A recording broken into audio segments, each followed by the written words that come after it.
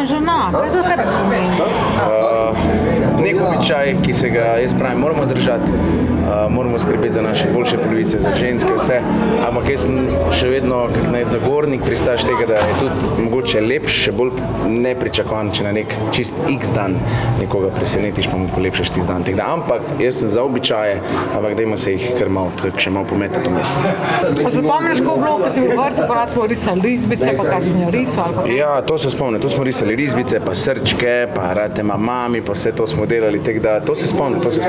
Pol so bile, mislim, da so še vedno rože, pa vse, ampak je tako, da moja res nima rada rož, tako da jaz nesrečen glede tega, ještě vrtnico prinesem, je kadar neč prinesel.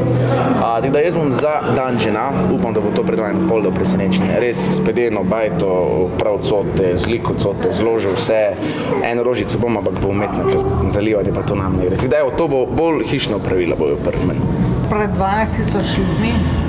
Ja, to je pa, evo, prvo itak, sploh ne moram narediti, da smo se v tem kratkem času, kako se vemo, kje smo zdaj bili in nas sploh ni bilo, ne, da se dejansko dvorana napolnila. Meni je to danes bilo, kot da bi igral pred 100.000 ljudi, kot da bi bil to res na Wembleyju stadionu, to je bilo fenomenalna atmosfera, mislim, da smo ne samo mi glasbeniki, vsi smo to čakali in to je, kako ne rečem, največje priznanje, največja potrditev, ko jo lahko glasbenik doživiš, da cela dvorana poje s tabo, to je pika na i in naj se to ne konča, naj to traja, ne samo čez poletje, dajmo še naslednjo zimo zdaj normalno spet pregurati in jaz komaj čakam, da se vrnem tudi na oder v Stožice.